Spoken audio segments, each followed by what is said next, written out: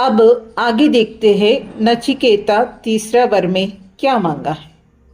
मृत्यु के अनंतर क्या होता है?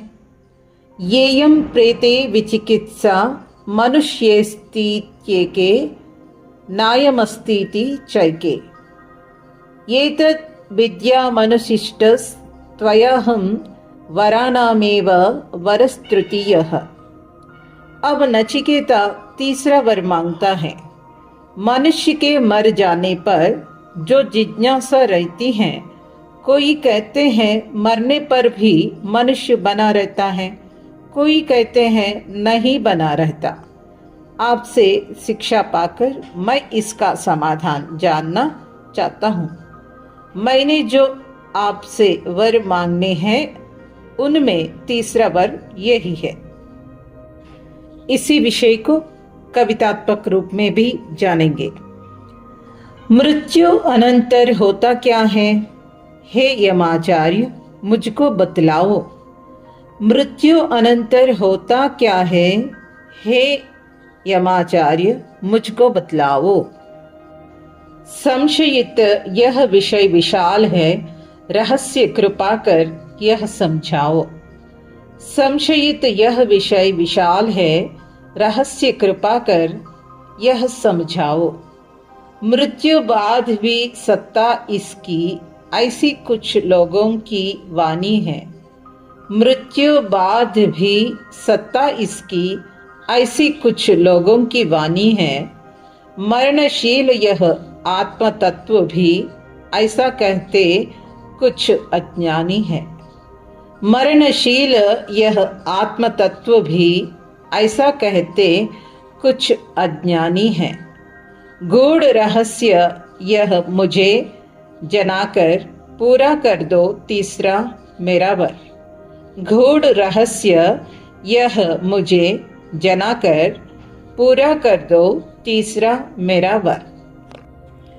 नचिकेता ऐसा तीसरा वर मांगने पर यमाचार्य क्या बोलता है देखेंगे। अब यमाचार्य का कथन, यह वर मत मांग, भोग ऐश्वर्य मांग। शतायुष पुत्र पौत्रान् वृणीष्व, बहून् पशून् हस्ति हिरण्यमश्वान्।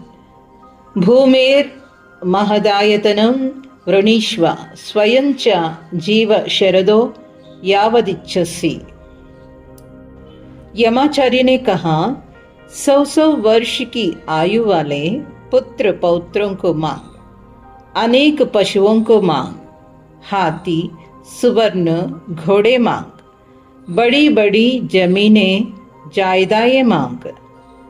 जब तक जीना चाहे तब तक का जीवन मांग, ऐसा बोला है यमाचार्य ने। और आगे भी क्या बोलता है देखेंगे। ये तत्तुल्यं यदि मन्यसे वरम, वृणीष्व वित्तं चिरजीविकांच। महाभूमौ नचिकेतस् त्वमेधि कामानां त्वा कामभाजं करोमि। इसका अर्थ यह है, अगर इस वर के बराबर तू कोई चीज समझता है, धन धान्य दीर्घ जीवन, वह मांग। हे नचिकेता, तू पृथ्वी के बड़े भाग पर शासन करना चाहे तो वह मांग। जितनी कामनाएं हैं वे तेरी इच्छा मात्र से पूर्ण हो जाए, ऐसा चाहे तो वह मांग। यमाचार्य की इस कथन को कविता के रूप में भी देखेंगे। मांगना है तो परम ऐश्वर्य मांग, हाथी घोड़े और अखंड भूभाग। मांगना है तो परम ऐश्वर्य मांग, हाथी घोड़े और अखंड भूभाग। पुत्र पौत्र मांग 100 वर्षीय और भी बड़ा इससे वरवर्णीय। पुत्र पौत्र मांग 100 वर्षीय और भी बड़ा इससे वर्णीय। जब तक चाहे तब तक जी इच्छा मृत्यु का अमृत पी। जब तक चाहे तब तक जी इच्छा मृत्यु का अमृत पी। मांगना है तो साम्राज्य मांग, पर की ये सीमा न लांघ। मांगना है तो साम्राज्य मांग, पर की ये सीमा न लांघ। तुझे इच्छा पूर्ति का वर देता हूँ, कामनाओं से भर देता हूँ। तुझे इच्छा पूर्ति का वर देता हूँ, कामनाओं से भर देता हूँ। पर मृत्यु का यह भेद न चाह, भले मांग ले भोग अथाह। पर मृत्यु का यह भेद न चाह, भले मांग ले भोग अथाह। इसके बदले में नचिकेता क्या बोलता है देखेंगे। स्वभाव मत्यस्य यदंत कैतत् सर्वेन्द्रियाणां जरयन्ति तेजः। अविसर्वं जीवितमल्पमेव तवैव वाहास्तव नृत्य गीते। इस श्लोक का अर्थ ये है, नचिकेता ने उत्तर दिया, हे अंतक, ए मृत्यो, ये सुख भोग मनुष्य के लिए स्वभाव है, आज है कल नहीं। ये इंद्रियों के तेज को क्षीण कर देते हैं। इन भोगों को भोगने के लिए सारा का सारा जीवन भी बहुत थोड़ा है। ये हाथी घोड़े, यह नाचना गाना अपने ही पास रख, ये मुझे नहीं चाहिए। नचिकेता आगे धन के बारे में, भोगों के बारे में क्या कहता है देखेंगे। मनुष्य धन से तृप्त नहीं होता। न वित्तेन तर्पणीयो मनुष्यो लप्स्यामहे वित्तमद्राक्ष्म चेत्वा। जीविष्यामो यावदीशिष्यसि त्वं वरस्तु ते वरणीयः स एव। इस श्लोक का अर्थ है, मनुष्य धन से तृप्त नहीं हो सकता। अगर हमने तेरा दर्शन कर लिया, तेरे रहस्य को समझ लिया, तो धन धान्य सब प्राप्त हो जाएगा। ए मृत्यु, जितना तू चाहेगा उतना ही तो हम जी सकेंगे, ज्यादा तो नहीं। मैं तो वही वर मांगता हूं। नचिकेता की इस कथन को कविता में देखेंगे।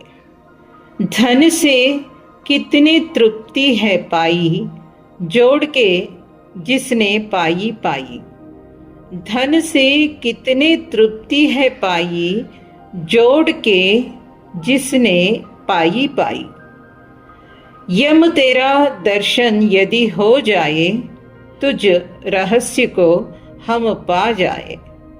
यम तेरा दर्शन यदि हो जाए, तुझ रहस्य को हम पा जाए।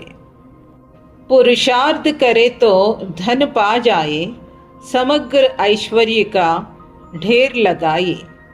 पुरुषार्थ करे तो धन पा जाए, समग्र ऐश्वर्य का ढेर लगाए।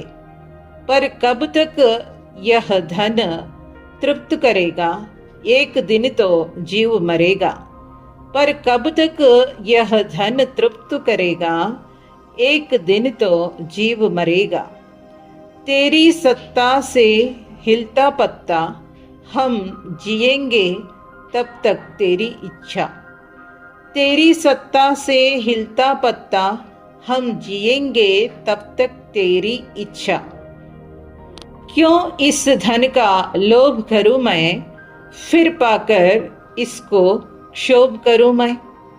क्यों इस धन का लोभ करूं मैं, फिर पाकर इसको क्षोभ करूं मैं।